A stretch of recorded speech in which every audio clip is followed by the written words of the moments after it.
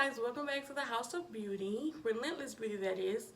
If you're new here, go ahead and click that subscribe button and hit that notification bell so you're notified every time I make an upload. And if you're coming back, welcome back.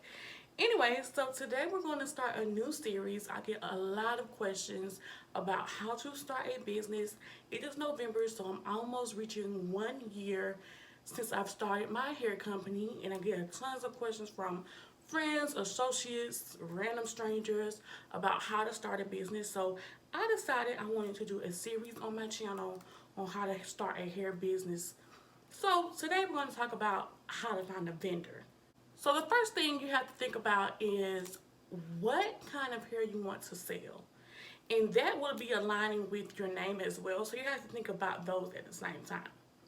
Now, I know a lot of people want to sell Brazilian hair or Peruvian hair and all these extravagant different origins, but I'm going to tell you a secret. There is a huge market in selling synthetic hair and wigs. Yes, in 2019, it's still a huge market of selling synthetic hair and wigs. So if that's where you want to go, fine, that's perfect. There's a huge market for it.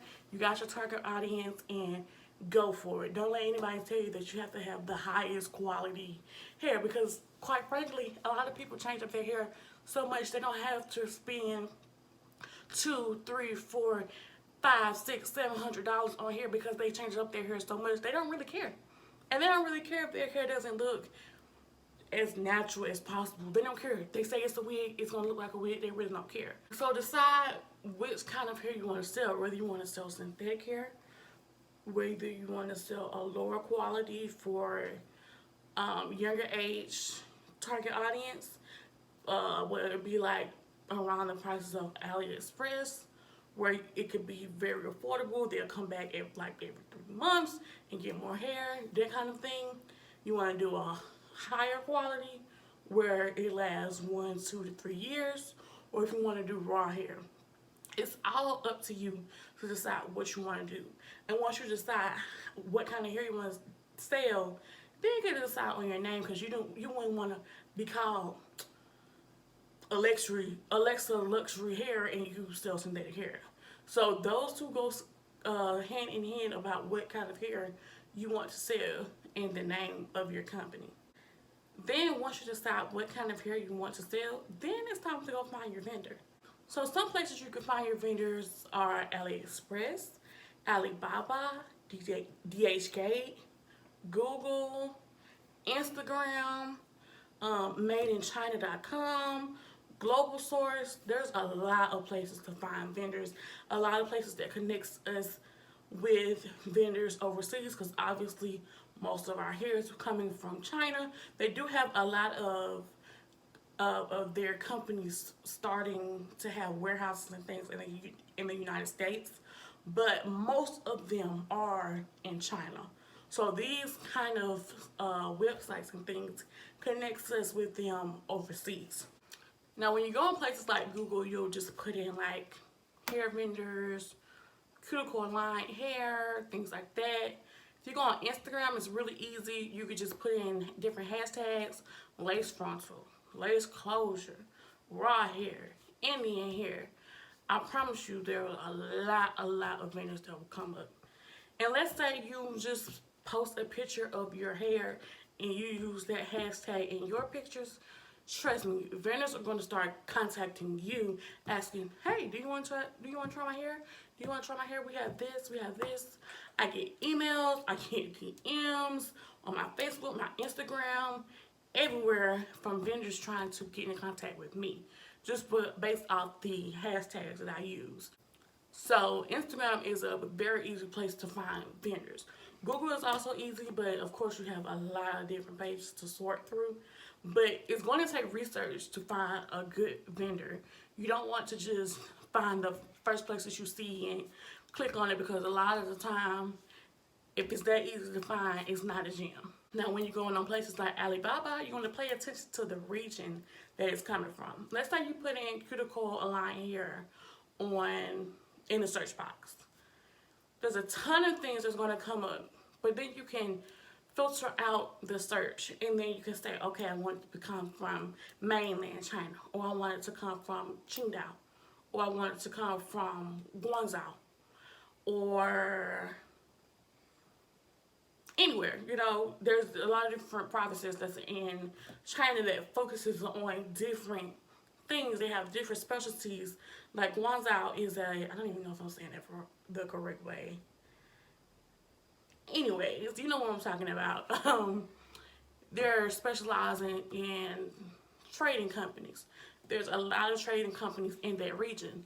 So that would be something to look out for when you're looking at that. Not saying that there's anything wrong with trading companies, that would just be something that you talk to them. When you talk to them, you'll vet them to make sure that they're still doing quality control with being a trading company. Speaking of, you do want to find out if they are a trading company, manufacturer, or distributor. And usually that is in the description on Alibaba. But you can also ask them, and you can also find that on madeinchina.com. They will specify if it is a trading company, distributor, or manufacturer. So let's say you've already gone through and filtered out the location that you want, and you find this picture that has beautiful hair. So now you want to scroll down and pay attention to the description. Is the description saying that it's 100% virgin hair? Is it saying that they accept Western Union only? Is it saying that they accept PayPal? Is it saying that their shipping is 30 days? Is it saying that their hair only lasts so and so amount of time? Excuse me. They have in the description information on the hair, so you want to pay attention to that as well. They also have on Alibaba where you can pay attention to the amount of revenue that the company makes. I don't know how accurate that is, but you can tell if a company is making so and so $1 million a year selling hair to us, then that's a legit company. If you can't really find their revenue, or it's very, very low, that's not a good sign. Just because you kind of don't know if they're legit or not, because you can't tell if they're even making sales. AliExpress is a good place to find human reviews. They have a lot of reviews on AliExpress, but still that's kind of hard to look at too, because a vendor will come back and say, hey, if you change this bad review to a 5-star, oh, we'll send you your hair, we'll send you new hair, and then they don't end up sending new hair. So check out that, but they'll have like pictures of the hair and stuff like that. The review station on AliExpress has really improved over the years from when I first started using it, AliExpress in like 2012. Now you can put pictures and all that other stuff on there, so pay attention to that. Alibaba has a review section, but I don't see a lot of reviews on Alibaba. Just a couple, maybe like 12, 20. Not like a whole lot of reviews on Alibaba as opposed to AliExpress. And it's not for every vendor either. So once you find a vendor whose hair looks nice, the description is good, and it's enticing you to find out more information, go ahead and contact them. You can press the chat button on Alibaba, or you can get their WhatsApp. WhatsApp is a little bit easier because you can contact them. I usually get a quicker response on WhatsApp than I do on Alibaba. I guess because they're like basically doing it on their phones or things like that. Even if they're not in the office, I get responses from my vendor on WhatsApp. They might say, oh, I'll do it when I get to the office on Monday. I might go ahead and make an order Friday night, which is already Sunday morning in China, and they may say, okay, I got you when I get there on Monday. So that's a little bit easier for them to check than the chats that's on Alibaba. But once you go ahead and contact them, go ahead and ask them their wholesale price list. Go ahead and ask them for pictures and videos. Go ahead and ask them, what ways are you keeping the quality up to par? What type of quality control is happening in-house? What is actually your factory doing to keep that quality up to par? I asked a vendor, quick sidebar, I asked a vendor if they were removing the nets. This was an Indian vendor. Remove the nets and things in-house. And he responded, are you Indian? And I was like, no. And I was like, why? And he was like, on NES ask stupid questions like this. We're a factory. How can we do this in-house?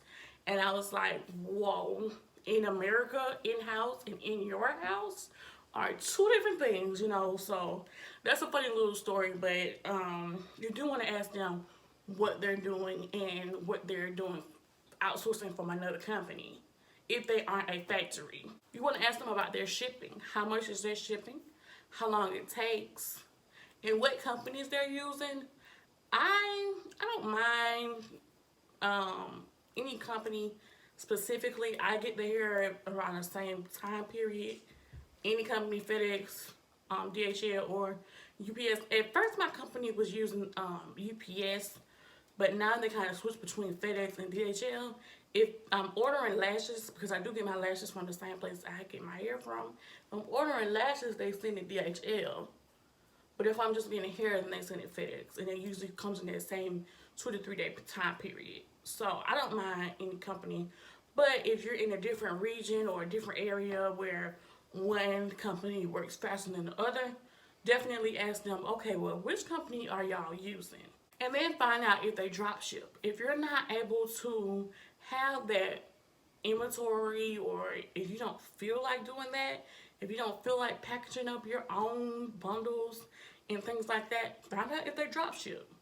And find out if they have any drop ship fees. Find out if they're going to go ahead and package it up for you. If they have different fees for making your labels, making your hang tags, making your bundle wraps, things like that to put with your orders when you drop ship. Also find out whatever payment options they accept. PayPal, Western Union, MoneyGram, things like that. Now, I will say that companies in Southeast Asia may not take may not take PayPal, but they take MoneyGram and Western Union. And this is because they're not as advanced as China is. So China, if they don't take PayPal, I would not suggest it, because once that money is gone, it's gone. And for Southeast Asia, it's more common for them not to take PayPal because they're not advanced enough to have it. That company, that country doesn't necessarily have it, period. Not just the company itself. So those are things to watch out for. And if you are using Western Union or MoneyGram, please be careful, because once that money is gone, it's gone. So definitely do your research on that company. There's different websites that'll tell you about different frauds and things like that. So definitely Google them. If you join Facebook groups about hair, ask them, like, have you ever heard of this company? Did you get your hair? The reviews on Alibaba, like, definitely pay attention to all of that. Also, FaceTime them. If you are feeling uneasy, FaceTime them. Talk to them on WhatsApp. They have a video chat option. FaceTime them and look and see. Look and see what everything is looking like. Look and see if they're legit. Look and see if they're packing up your order and things like that. You know, things like that can help put you at ease when you're putting your money, your hard-earned money, and you're just giving it to somebody. You want to make sure you're getting your product in return. Also, find out what their minimum order quantity is, or MOQ. Some companies, they don't really care. You can get one bundle. You can get 10 bundles. You can get 1,000 bundles. It doesn't matter. They don't have a minimum order quantity. Some companies, we need 10. We need you to order 10 bundles at a time, and that's it. There's no way around that.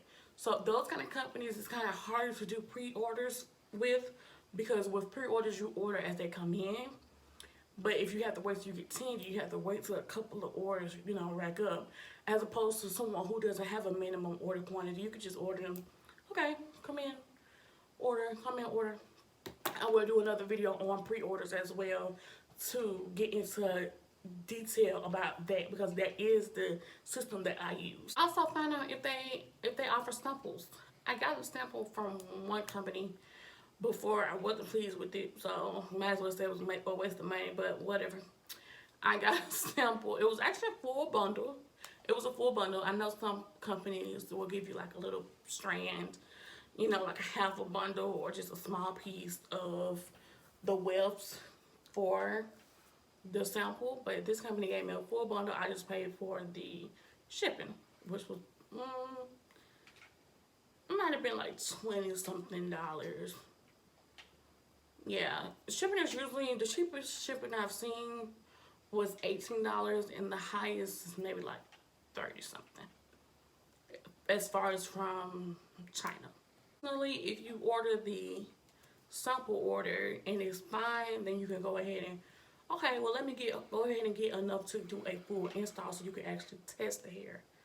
So if everything is fine, you're still interested in the company, you've asked them all those questions, go ahead and place their order.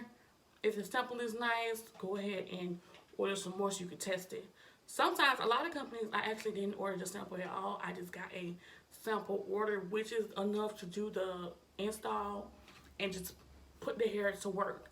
So I'm going to tell you guys a few ways that you can actually test the hair. So when you first get the hair, you can do a burn test. I actually never did these myself. I would actually ask my husband, hey, burn this, and see what happens to it, because I do not play with fire, okay? And if it turns to ash, then it's human hair. If it kind of bubbles up, it has fibers or is not all the way human hair. So unless that's what you're looking for, that's a red flag.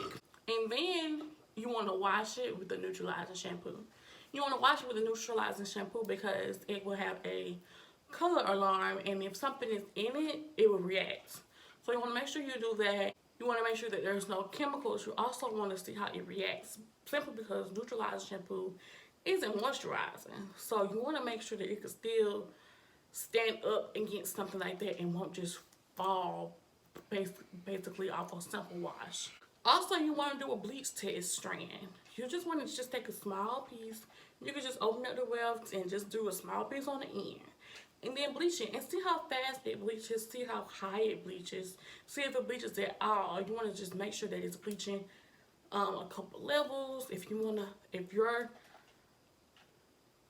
your hair quality that you desire is 27, if it goes to a 27, then that's what you want. If you want your hair to be able to go to a 613, then you want to watch out for that too.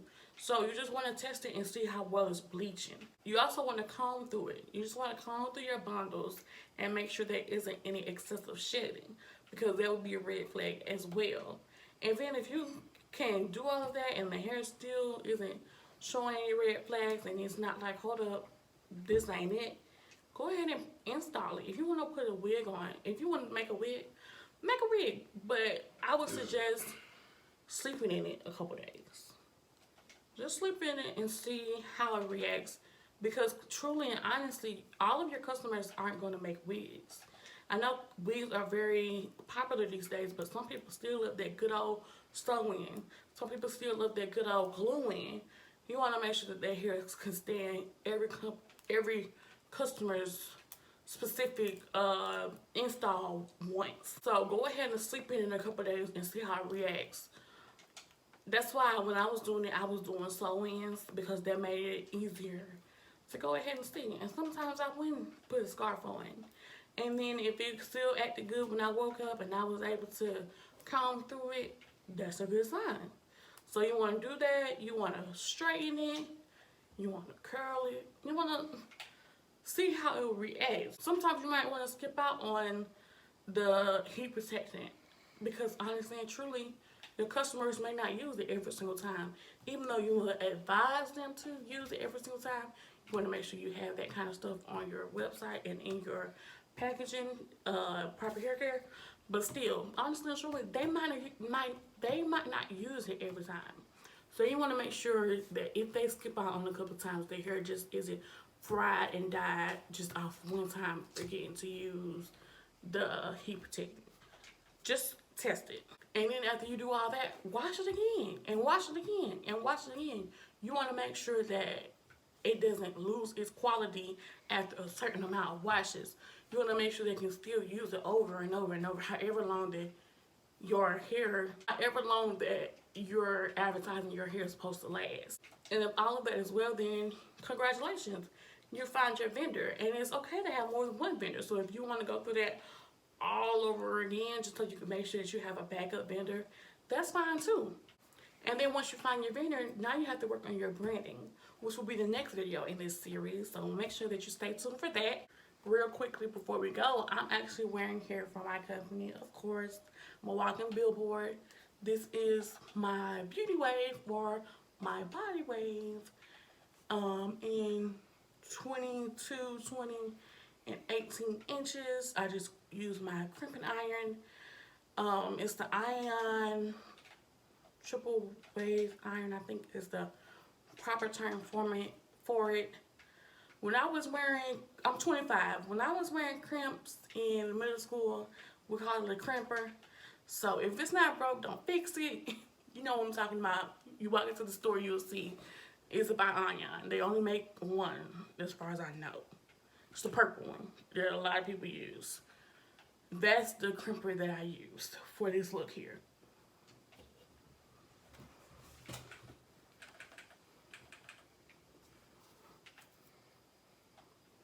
Yeah, so as I was saying, this is here from my hair company.